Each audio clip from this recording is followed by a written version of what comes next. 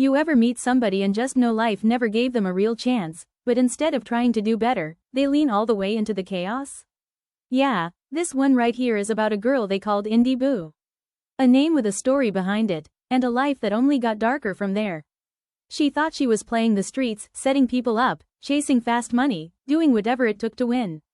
But what happens when the person you try to play is 10 steps ahead of you? This story got betrayal, manipulation, karma, and a downfall that didn't happen overnight, but hit harder than anything she ever did to somebody else. So go ahead, get comfortable. Because this one is messy. I grew up around a girl named Indiana, but nobody called her that.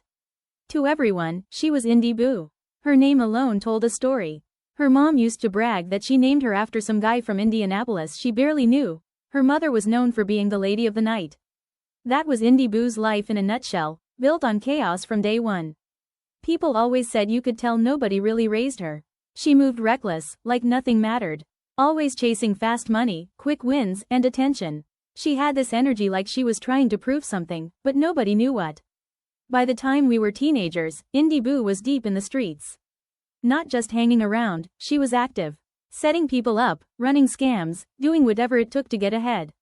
She'd brag about how she'd outsmart people, like it was a game. And for a while, it worked. She always had new clothes, cash in her pocket, and stories about how she got over on somebody. But the thing about moving like that? Eventually, you run into someone smarter, colder, and way more dangerous. That's when she met Ace. At first, Ace seemed different.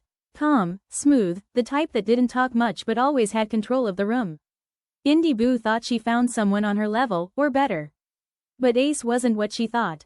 He studied her. He saw right through the tough act, the loneliness, the need for validation, the way she'd do anything for attention. And instead of helping her, he used it. Slowly, everything changed. Indy Boo went from running her own plays to doing whatever Ace said. The girl who used to laugh about getting over on people was now stuck trying to please someone who didn't respect her at all. He'd bring other girls around, treat them better, make Indy Boo feel small. Not always with words, but with actions that cut deeper than anything. And the wild part? She stayed. People on the outside would say, why doesn't she just leave? But it's never that simple when someone gets in your head like that. Especially when you've never really known what real care looks like. Over time, Indy Boo disappeared.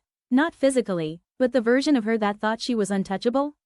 Gone. The streets she used to play started closing in on her. People she crossed before didn't forget.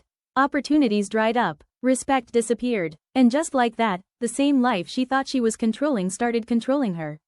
Last I heard, she's still out there. Not moving how she used to. Not smiling like she used to. Just existing. Sometimes people think being ruthless makes you powerful. But if you don't know who you are, or what you stand for, the wrong person can turn that same energy against you. Indy Boo didn't just lose the game, she never realized she was being played the whole time.